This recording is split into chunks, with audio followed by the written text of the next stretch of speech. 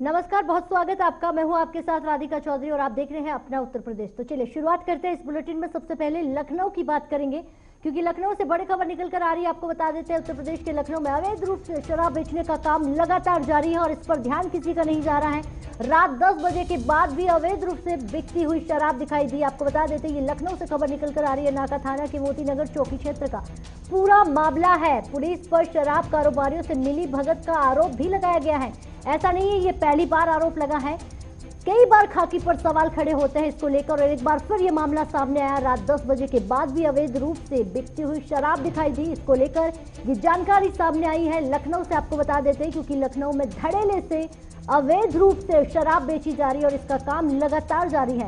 रात 10 बजे के बाद भी अवैध रूप से बिकती हुई शराब, लेकिन प्रशासन आंखें बंद करके बैठी हुई है, नाकाम। आपको बता देते हैं क्योंकि नाका थाना क्षेत्र का ये मामला है, मोती नगर चौकी क्षेत्र का है पूरा मामला। पुलिस पर शराब कारोबारियों से मिली भगत का आरोप भी लगाया गया है सीधे तौर पर, क्योंकि पुलिस प्रशासन पर शराबियों के साथ मिली भगत का आरोप लगाया गया है, जिसको लेकर ये जानकारी निकल कर आई है। क्योंकि अब लखनऊ में अवैध रूप से लगातार शराब का काम जारी है। पहली बार ऐसा मामला सामने नहीं आया, इससे पहले भी कई बार ऐसी चीजें सामने आई हैं, लेकिन जब मामला मीडिया पर होता है, टीवी स्क्रीन पर होता है, उसके बाद प्रशासन का उस पर ध्यान जाता है, पुलिस का ध्यान जाता है और तब जाकर कोई काम करता है। लेकिन इस मामले में तो पुलिस की ही मिली भगत बताई गई है।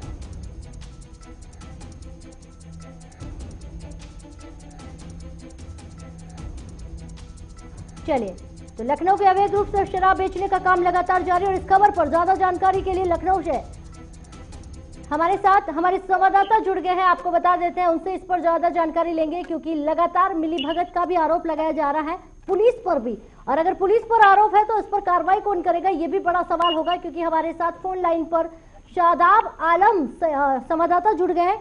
शादाब, बताइएगा, लखनऊ से मामला निकलकर सामने आया है जहां रात 10 बजे के बाद में भी अवैध रूप से शराब बिक रही है, पुलिस प्रशासन पर भी आरोप है, तो वहां पर काम कौन करेगा? जी राधिका, बिल्कुल आपको बता दूं कि ये पूरा मामला नाका थाना क्षेत्र के मोती नगर चौकी के सामने का है, जहां पर एक देशी शराब का ठेका बना हुआ है, जो कि जिस तरह लगातार 10 बजे के बाद शराब बेचना बैंड है, वहीं पे पुलिस की कहीं ना कहीं मिली भगत से खिड़कियों से बेची जा रही है अवैध रूप से शराब।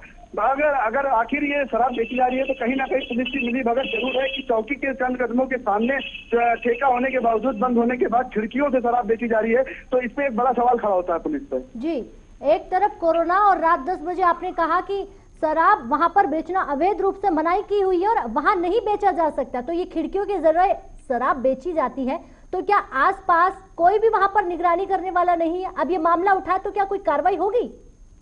अब ये जांच का विषय है, देखने वाली बात होगी कि मीडिया में जिस तरह से सवाल उठ रहे हैं और खबर चलाई जा रही है, उस पर आबकारी विभाग और पुलिस की क्या कार्रवाई रहेगी, और ये कह पाना अभी मुश्किल है। जांच के बाद ही स्पष्ट होगा क्या कार्रवाई होती है। लेकिन एक पुलिस पे बड़ा सवाल खड़ा होता है, नाका पुलिस पे, कि जिस तरह मोती नगर चौकी सामने बंद हुई है, उसी के सामने अवैध रूप से जो शराब बेची जा रही है, इस पे आखिर पुलिस की क्यों नहीं नजर पड़ रही है? कहीं ना कहीं पुलिस की मिली भगत ये सामने आ रही है।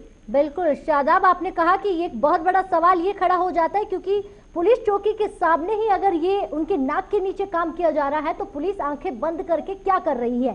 क्या अब इस पर एक बड़े कार्रवाई नहीं होगी? क्योंकि बिल्कुल नाका थाना के सामने ये काम चल रहा है, रात 10 बजे के बाद धड़ल्ले से शराब बिक रही है, तो पुलिस का ध्यान क्यों नहीं गया?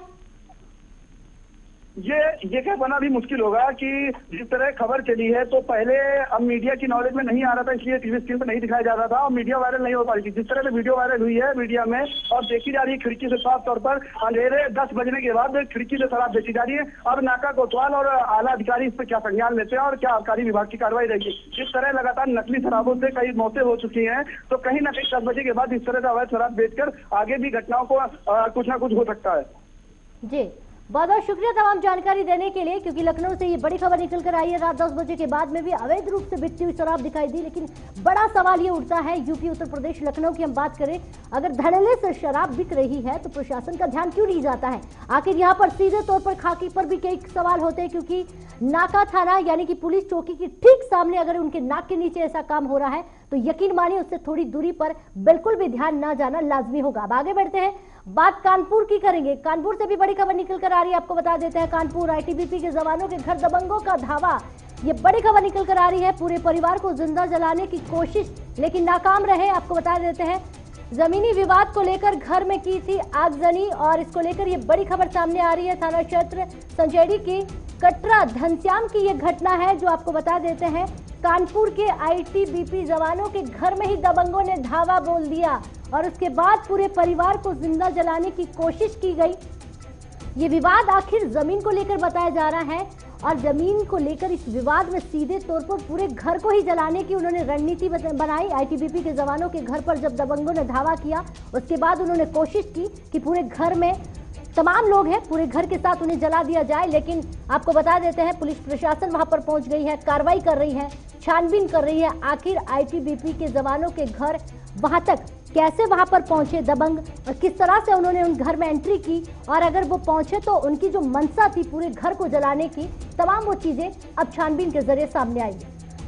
थाना सचेटी के ग्राम कटरा घनश्याम के रहने वाले रामस्वरूप जी ने आज थाने पर सूचना दिया है कि बीती रात 2-3 लोगों ने उनके घर में आगजनी की है। इस सूचना पे थाना सचेटी पे तत्काल अभियुक्त पंजीकृत कर लिया गया है तथा अभियुक्तों की गिरफ्तारी के लिए हमारी 3 टीमें बना करके भेजी गई हैं। मौके से वैज्ञानिक साक्ष्य संकलन के लिए फॉरेंसिक की टीम भी भेजी गई है। बहुत शीघ्र हम अभियुक्तों को गिरफ्तार करेंगे, उनके खिलाफ कड़ी विधिक कार्रवाई करेंगे।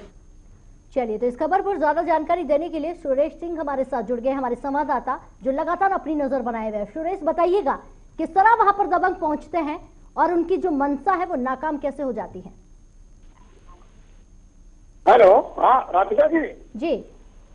हाँ, ये मतलब ये सचेंडी थाना क्षेत्र में कटरा घनश्याम की घटना है जहाँ पर जमीनी विवाद को लेकर ये आईटीबीपी के जवान के पूरे परिवार को घर से बाहर ही आग जला देने की मार देने का प्रयास किया गया था। इवन घर में आग भी लगाई गई जिसमें एक स्कॉर्पियो गाड़ी और बहुत सारा सामान जलकर नष्ट हो गया। लेकिन विजेश कुमार श्रीवास्तव एसपी साहब ने पूरे मतलब पुलिस टीम बना के आरोपियों को गिरफ्तार करने का प्रयास कर रहे हैं लगातार। जी, लेकिन सुरेश, ये सवाल उठता है, अगर जमीन को लेकर ये विवाद चल रहा था और उसके बाद दबंग जहां उस घर में पहुंचते हैं, आईटीबीपी के जवानों के घर जलाने की कोशिश की जाती है, क्या वह किसी सदस्यों को कहीं चोट तो नहीं पहुंची है? क्या निकल कर आ रही है वहां से खबर? परिवार के लोगों को कोई वैसे क्षति नहीं पहुंची है, लेकिन काफी सामान का नुकसान हो गया जो कि जल के राख हो गया है। जी, सामान को नुकसान पहुंचा है लेकिन परिवार के किसी भी सदस्य को चोट नहीं आई। अब आगे की क्या कुछ कार्रवाई हो रही है? बस ये ब्रिजेश श्रीवास्तव भी लगातार प्रयास में लगे हैं। सभी आरोपियों को गिरफ्तार करने के लिए टीमें बना के उन्होंने दबिश देना शुरू कर दिया है। जी, टीमें बनाई गई है और परिवार में किसी के हताहत होने की कोई खबर नहीं है। बिल्कुल, लेकिन सुरेश सिंह, जिस तरह आपने जानकारी दी है तमाम की वहां पर किसी भी सदस्य को कोई हानि नहीं पहुंची है, सभी सुरक्षित है, लेकिन काफी सामान जो है वो जलकर खाक हो गया। बहुत बहुत शुक्रिया तमाम जानकारी देने के लिए।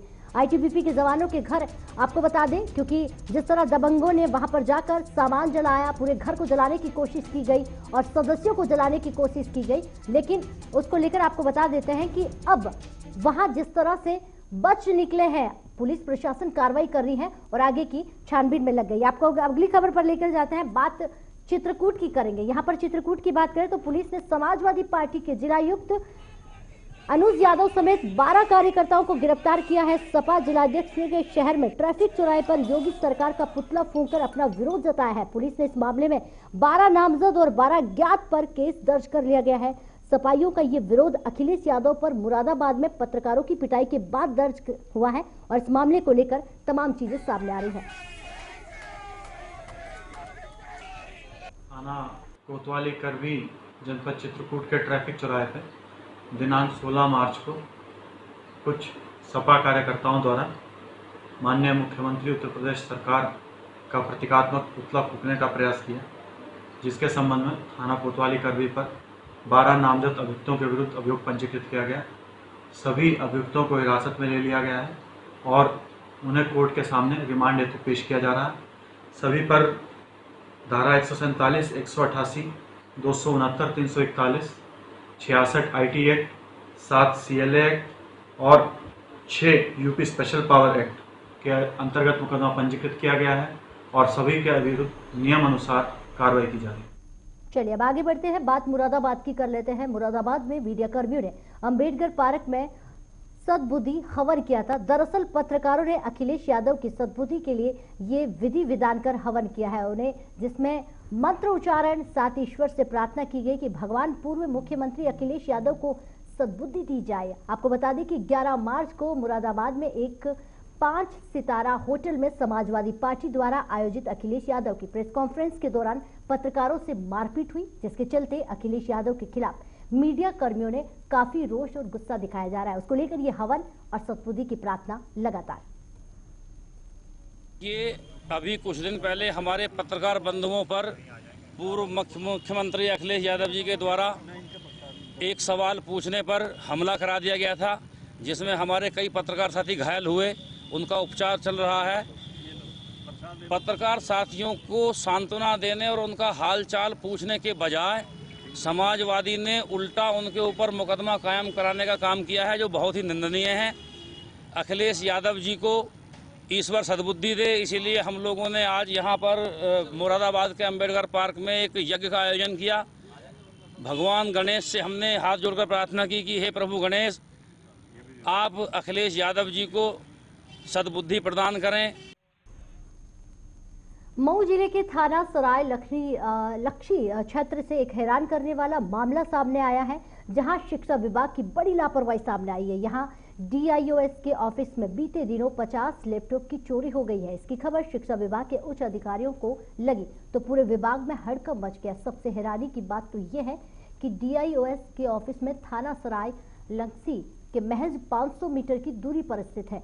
बता दें कि तत्कालीन मुख्यमंत्री अखिलेश यादव ने मेधावी छात्र छात्राओं को लैपटॉप बांटने की योजना शुरू की थी। उस दौरान कार्यक्रम आयोजित कर हजारों छात्र छात्राओं को जिला विद्यालय कार्यालय की सूची के अनुसार लैपटॉप वितरित किया गया था।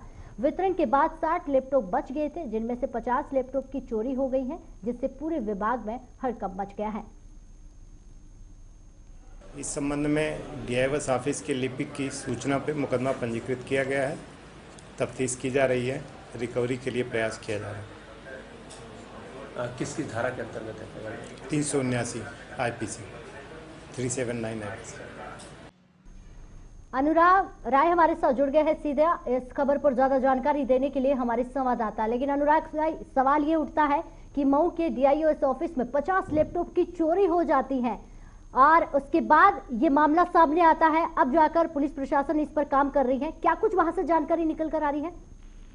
लेकिन मैम तो ये जानकारी है कि इसमें ये जब अखिलेश सरकार थी तो उस समय लैपटॉप बांटा गया था। इसके बाद इसको DIOS कार्यालय के से फटे हुए स्टोर में रख दिया गया। हैरानी की बात तो यह है कि 4 साल भाजपा सरकार को बीत जाने के बाद भी जो है उस लैपटॉप का पता अब जाके चला है, जब सरकार जो है अपने अंतिम पड़ाव पर है। तो कहीं न कहीं लापरवाही DIOS कार्यालय की पूर्ण रूप से है। जी मैडम, ये लापरवाही का सवाल है, लेकिन साथ ही अगर देखा जाए 50 लैपटॉप एक साथ लेकर चले गए और चोरों की इतनी हिम्मत बढ़ती जा रही है, तो ऐसे में सवाल ये उठ रहा है कि थाने की 500 मीटर की दूरी पर ऐसी चोरी होती है तो थाने के आंख के नीचे और सरकारी स्कूल, अगर हम आपको यहाँ पर सवाल पूछे तो क्या कुछ वहां पर काम चल रहा है? दीवार कहीं तोड़ी गई है, न ताला तोड़ा गया है। सवाल ये उठता है कि बिना मिली भगत के, कहीं न कहीं मिली भगत है कर्मचारियों की, नहीं तो न दीवार तोड़ी जा रही है न ताला तोड़ा जा रहा है और लैपटॉप गायब हो जा रहा है। तो इससे साफ जाहिर होता है जो है कि लैपटॉप की चोरी मिली भगत से ही हुई है, क्योंकि 4 साल बीत गए। ये भाजपा सरकार को 4 साल पहले अखिलेश सरकार थी और अब तक उस लैपटॉप की कोई खोजबीन नहीं हुई। जी, एक सवाल और है अनुराग राय, क्योंकि जिस तरह आपने कहा कि कहीं पर भी कोई कार्रवाई नहीं हो रही है, तो किसी पर मामला दर्ज हुआ है? शिक्षा विभाग की तरफ से किसी पर FIR दर्ज करवाई गई है? मामले की छानबीन के लिए क्या कुछ हो रहा है? जो हम पुलिस अधिकारी से पूछे, से बात किए तो उन्होंने कहा कि अभी ये मामला हमारे संज्ञान में आया है और इसको जो है मुकदमा दर्ज करके उसकी खोजबीन की जाएगी। जी, महज थाने से 500 मीटर की दूरी पर DIOS ऑफिस में 50 लैपटॉप की चोरी हो जाती है। उस खबर पर ज्यादा जानकारी देने के लिए बहुत बहुत शुक्रिया। तमाम जानकारी हम तक पहुंचाने के लिए अपनी नजर बनाए रखिएगा, क्योंकि लगातार वहां से हर अपडेट्स आप तक पहुंचानी है। अब आगे बढ़ते हैं, बात बदायूं की कर लेते हैं। बदायूं के बिसोली कोतवाली क्षेत्र में सनसनीखेज मामला सामने आया है, जहां एक लड़के ने रामपुर जनपद की रहने वाली युवती को अपने प्यार में फंसाकर शादी की और 1.5 साल रखने के बाद युवती को तलाक दे दिया। युवक तलाक देकर दिल्ली चला गया। इसी दौरान युवती घर पर अकेली थी। घर में अकेला देखकर युवक के चाचा ने युवती के साथ दुष्कर्म की वारदात को अंजाम दिया। पीड़ित युवती न्याय की गुहार लगाने पुलिस चौकी पहुंची, लेकिन पुलिस ने आरोपियों के खिलाफ कोई कार्रवाई ही नहीं की। पीड़िता का आरोप है कि जनसुनवाई के दौरान भी उसे टाल दिया गया। मतलब मेरे आदमी ने मुझे शादी करने के बाद छोड़ के यहाँ चले गए, 3 तलाक दे के, और मेरे के साथ में उनके चचा ने रात को मेरे संग में हमला करके मेरे संग बलात्कार किया। और क्या किया? बलात्कार। अच्छा। बलात्कार मेरे साथ में किया और 3 तलाक दे के मेरा आदमी चला गया। और मैं कहना चाहती हूँ कि आप मेरे हर चीज़ की इंसाफ, हर चीज़ कुछ मिलना चाहिए जो मेरे संग में जो हुआ हर चीज़ का, और मुझे इंसाफ चाहिए। और मैं पर ज्यादा जानकारी देने के लिए विपिन यादव हमारे साथ, हमारे संवाददाता जुड़ गए हैं। बदायूं में महिला के पति ने महिला को छोड़ दिया, लेकिन अकेली देख महिला के घर में चाचा ने ही उस पर अटैक कर दिया गया है। लेकिन जब वो जन सुनवाई में अपनी बात रखती है तो उसकी बात को टाल दिया जाता है। पुलिस थाने में वो अपनी बात रखती है तो उस पर कार्रवाई नहीं होती है। सवाल ये उठ रहा है कि कोई कार्रवाई हो रही है विपिन या नहीं, या फिर ऐसे ही हमारी बेटियां सड़क दर सड़क भटकती रहेगी। जी बिल्कुल राधिका, मैं आपको बता दूं, ये कोतवाली बिरसौली क्षेत्र के दफ्तौरी क्षेत्र के गांव का मामला है, जहां पर एक जनपद रामपुर की एक युवती से एक युवक ने अपने प्रेम जाल में फंसाकर उसके साथ शादी की थी। लगातार 1 साल 1.5 साल तक लगातार दोनों लोग साथ रहे थे। हाँ। और अभी मैं आपको बता दूं, लगभग 1 हफ्ते पूर्व वो 3 तलाक यहाँ पे बोल के, जबकि 3 तलाक का इतना बड़ा मुद्दा पूरे देश में यहाँ पर गर्माता रहा था। प्रधानमंत्री नरेंद्र मोदी जी ने इसको खत्म करने की बात कही थी, पूरा खत्म किया गया था। उसी को लेते हुए आज जो है उसको 3 तलाक बोलने के बाद में वो चला गया यहाँ से। छोड़ने के उपरांत जो वहाँ जो घर पे जो युवती रह गई, तो उसकी पत्नी वहां पर रह गई, और उसके बाद में उसकी जो चचा ससुर है, यानी कि जो उसके पति का जो चाचा है, उसने उसके साथ में यौन शोषण किया है। जिस तरीके से वो युवती आरोप लगा रही है, जहाँ की पुलिस से हमारी बात हुई है तो क्षेत्राधिकारी बिसौली विनय चौहान जी ने बताया कि चलिए ये लगातार चीजें तो आती रहती है। अब फिलहाल बताइए इस मामले पर कोई कार्रवाई हो रही है या नहीं? ठीक है, अभी तक कोई कार्रवाई नहीं हो पाई है। देखिए उसने जो है मुख्यमंत्री पोर्टल पर भी शिकायत की है, जनसुनवाई केंद्र पर शिकायत की, लेकिन अभी तो कोई ठोस कार्रवाई नहीं हुई है। तो पुलिस जो अभी सिर्फ अभी आश्वस्त कर रही है कि जांच कर कार्रवाई की जाएगी। जी राधिका। जी विपिन यादव, बहुत बहुत शुक्रिया तमाम जानकारी देने के लिए। जनसुनवाई में बात नहीं सुनी जाती है, थाने में नहीं सुनी जाती है, ऐसा नहीं है पहली बार ऐसा मामला सामने आया, लेकिन लगातार जब बात बेटियों की सुरक्षा की है तो कई सवाल छोड़कर जाते हैं। अब आगे बढ़ते हैं, बात झांसी की कर लेते हैं। झांसी में बुंदेलखंड में विश्वविद्यालय के गांधी सभागार में राष्ट्रीय सेवा योजना शिविर का आयोजन हुआ है। इस दौरान एनएसयूआई के कार्यकर्ताओं ने जमकर हंगामा किया। एनएसयूआई के कार्यकर्ताओं ने एनएसएस के अफसरों के खिलाफ नारेबाजी की। प्रदर्शनकारी कार्यकर्ताओं का आरोप है कि एनएसएस के स्वयंसेवकों ने जो पुस्तिका बांटी गई है उसमें भारत का गलत मानचित्र प्रदर्शित किया गया है। एनएसयूआई के कार्यकर्ताओं ने इसका विरोध करते हुए विश्वविद्यालय के मुख्य समन्वयक डॉक्टर मुन्ना तिवारी को इस्तीफा देने की मांग कर डाली। एनएसएस के बुंदेलखंड विश्वविद्यालय इकाई के समन्वयक हैं, उन्होंने किसी भी माध्यम से, जिस भी हिसाब से उनका कहना था, पुरानी पुस्तकें या नई पुस्तकें एनएसएस की उन्होंने बुंदेलखंड विश्वविद्यालय के छात्रों के बीच बांटी, जिसमें भारत के नक्शे से अक्साई चीन गायब है। हम पूर्णतः मुन्ना तिवारी जी के खिलाफ एक्शन लेने की बात कहते हैं, क्योंकि यह देश विरोधी गतिविधियों को बढ़ावा देने का एक सुनियोजित तरीका है कम्युनिस्टों द्वारा। चलिए बात बदायूं की कर लेते हैं। बदायूं के उसहैत थाना क्षेत्र के गांव में रेपुरा में 38 घरों में आग लगने से हड़कंप मच गया है। खाना बनाते समय चूल्हे से उठी चिंगारी ने एक के बाद एक 38 झोंपड़ी नुमा घरों को अपने कब्जे में ले लिया है। अग्निकांड में घर के अंदर सो रही 4 साल की बच्ची की मौके पर ही मौत हो गई है, जबकि आग की चपेट में आए सभी 38 परिवार खुले आसमान के नीचे आ गए हैं। पुलिस ने फर्रुखाबाद जिले के कामगंज में फायर ब्रिगेड को बुलाया। कई घंटों की मशक्कत के बाद आग पर काबू पाया गया। ये थाना क्षेत्र उसैत के अंतर्गत रेपुरा गांव की घटना है, जिसमें आज शाम को एक्सीडेंटली आग लग जाने से लगभग 30 से कुछ अधिक घरों का नुकसान हुआ है। इस घटना में तुरंत फायर ब्रिगेड ने मौके पर पहुंच के आग पर काबू पाया, परंतु दुर्भाग्य से एक 4 वर्षीय बच्ची की इस घटना में मृत्यु हुई है। पीड़ित परिवारों को यथासंभव नियमानुसार आर्थिक सहायता दी जा रही है।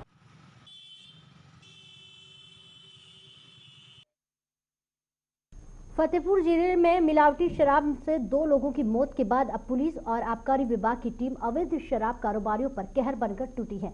जहां जिले में शराब कारोबारियों पर लगातार शिकंजा कसा जा रहा है, तो वहीं दूसरी ओर शराब माफियों पर नकेल कसने के लिए ड्रोन कैमरों के प्रयोग करके उन्हें पकड़ने की कोशिश की जा रही है। एसएसपी ने अवैध शराब के खिलाफ चलाए जा रहे अभियान में ड्रोन कैमरे की मदद लेने के निर्देश दिए हैं। आज भी थाना बेखवर बिंदकी जहानाबाद में भारी मात्रा में अवैध शराब बरामद की गई है और भारी मात्रा में बरामद लहन नष्ट भी किया गया। देखिए, फतेहपुर पुलिस के द्वारा अवैध शराब के संबंध में चलाए गए अभियान के अंतर्गत आज ड्रोन की मदद से इसमें सर्विलांस किया गया है। ड्रोन के माध्यम से एग्जैक्ट लोकेशन इसमें ज्ञात किया गया और वहां पर एलिमेंट ऑफ सरप्राइज रखते हुए पुलिस के द्वारा इसमें रेड की गई। इसमें साक्ष्य संकलन में और बाद में कोर्ट में एविडेंस के तौर पर पेश किया जाएगा। आज बिंदकी, जहानाबाद और बकेवर थाने में भारी मात्रा में कच्ची शराब और लहन वहां पर बरामद किया।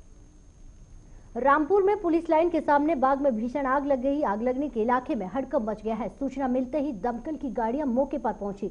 कड़ी मशक्कत के बाद आग पर काबू पाया गया। बहरहाल इस आग से कोई ज्यादा हानि नहीं हुई है।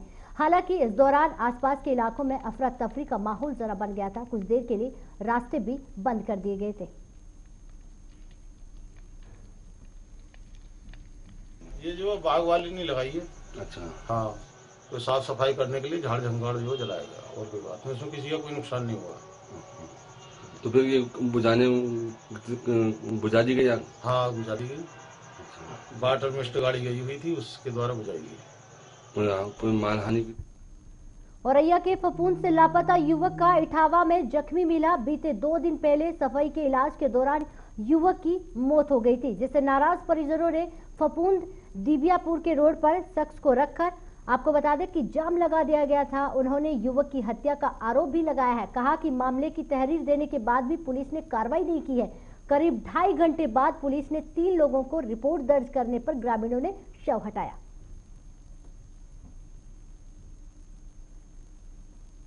यहाँ पे ये जाम इसलिए लगा हुआ है, कल एक लड़का जो है अपने एक दोस्त और उनके 2 और साथियों के साथ बकेवर थाने अंतर्गत एक जगह पे गया हुआ था। ये कहा जा रहा है कि वो दावत खाने गए थे सभी। वहाँ पे इस लड़के की डेथ हो गई है। पोस्टमार्टम की कार्रवाई वहाँ इटावा से हो गई है। अभी अपराध पंजीकृत नहीं हुआ है। उसी बात को लेकर के ये जाम लगाए हुए हैं। जांच कर आवश्यक वैधानिक कार्रवाई की जा रही है और बातचीत की जा रही है अपराध पंजीकृत के लिए करने के लिए, और इनको समझाया बुझाया जा रहा है जाम हटा। चलिए, अपना उत्तर प्रदेश में फिलहाल इतना ही। देश और दुनिया की तमाम खबरों के लिए बने रहे जगह 24/7 न्यूज पर। खबरों से अपडेट रहने के लिए चैनल सब्सक्राइब कीजिए, साथ ही बेल आइकन जरूर दबाएं।